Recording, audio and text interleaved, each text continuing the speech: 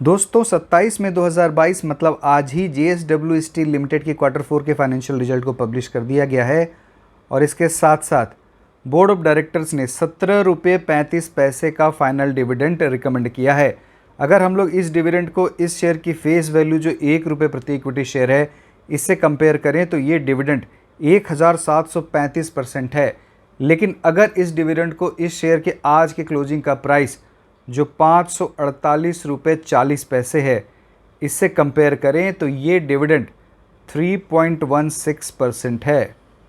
अगर इस डिविडेंड की अप्रूवल आने वाले AGM में शेयर होल्डर से मिल जाती है तो इस डिविडेंड को कंपनी AGM के बाद 30 दिनों के अंदर अंदर शेयर होल्डर्स के बैंक अकाउंट में क्रेडिट कर देगी।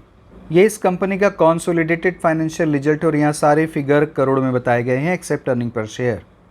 Q4 में total revenue from operation 46,895 crore है जो Q3 में ये 38,071 करोड़ था और प्रीवियस ईयर के Q4 में ये 26,934 करोड़ था। तो टोटल रेवेन्यू फ्रॉम ऑपरेशन में ईयर ऑन ईयर बेसिस पर 74% की बढ़त है और क्वार्टर ऑन क्वार्टर बेसिस पर देखें तो ये 23% बढ़ा है। Q4 में टोटल इनकम 47,128 करोड़ है जो प्रीवियस क्वार्टर में ये 38,225 करोड़ था और प्रीवियस ईयर के Q4 में ये 27,095 करोड़ था। तो टोटल इनकम में ईयर ऑन ईयर बेसिस पर 74% की बढ़त है और क्वार्टर ऑन क्वार्टर बेसिस पर ये 23% बढ़ा है। Q4 में profit before tax and before exceptional item 5,815 crore है जो Q3 में ये 6,261 करोड़ था और प्रीवियस ईयर के Q4 में ये 6355 करोड़ था। तो ईयर ऑन ईयर बेसिस पर प्रॉफिट बिफोर टैक्स में 8.5% की कमी हुई है और अगर हम लोग क्वार्टर ऑन क्वार्टर बेसिस पर देखें तो प्रॉफिट बिफोर टैक्स 7.2% कम हुआ है। Q4 में नेट प्रॉफिट या प्रॉफिट आफ्टर टैक्स 3,343 करोड़ है जो प्रीवियस क्वार्टर में ये 4,516 करोड़ था और प्रीवियस ईयर के Q4 में ये 4,191 करोड़ था। तो पैट में ईयर ऑन ईयर बेसिस पर 20% की कमी हुई है और क्वार्टर ऑन क्वार्टर बेसिस पर ये 26% कम हुआ है।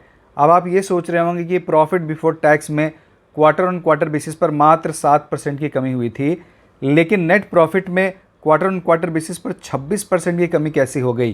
तो इसकी वजह है एक एक्सेप्शनल लॉस। आप यहाँ देखिए 741 करोड़ का Q4 में एक्सेप्शनल लॉस हुआ है। इसी वजह से इस कंपनी के Q4 के नेट प्रॉफिट में ज़्यादा कमी आ गई है और इसी वजह से क्वार्टर ऑन क्वार्टर और ईयर ऑन ईयर दोनों ही बेसिस पर Q4 के नेट प्रॉफिट में ज़्यादा कमी दिख रही है।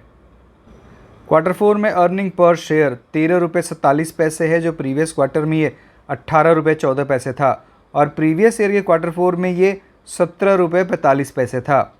तो अर्निंग पर शेयर में ईयर ऑन ईयर बेसिस पर लगभग 23% की कमी हुई है और क्वार्टर ऑन क्वार्टर बेसिस पर ये लगभग 26% गिरा है।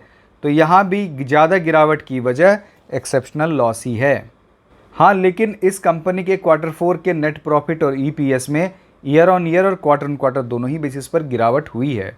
Q4 में इस कंपनी के EBITDA मतलब earning before interest tax depreciation and amortisation का मार्जिन 19.58% है जो Q3 में ये 23.99% था और प्रीवियस ईयर के Q4 में ये 31.34% था।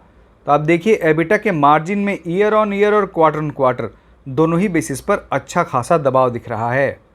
Q4 में इस कंपनी के पैट का मार्जिन 7.13% है जो Q3 में ये 11.86% था और प्रीवियस ईयर के Q4 में ये 15.56% था। तो पैट का मार्जिन भी ईयर ऑन ईयर और क्वार्टर ऑन क्वार्टर दोनों ही बेसिस पर गिरा है। तो हम लोगों ने देख लिया इस कंपनी का revenue from operation year on year और क्वार्टर ऑन क्वार्टर दोनों ही बेसिस पर बढ़ा है, लेकिन इस कंपनी का पैट और EPS इन दोनों में ही ईयर ऑन ईयर और क्वार्टर ऑन क्वार्टर दोनों ही बेसिस पर गिरावट हुई है और इस कंपनी के मार्जिन में तो अच्छा खासा दबाव दिख रहा है। तो दोस्तों आप इस वीडियो को लाइक करें, मेरे चैनल को सब्सक्राइब करें, इस वीडियो को अधिक से अधिक लोगों के साथ शेयर भी करें। बहुत बहुत धन्यवाद।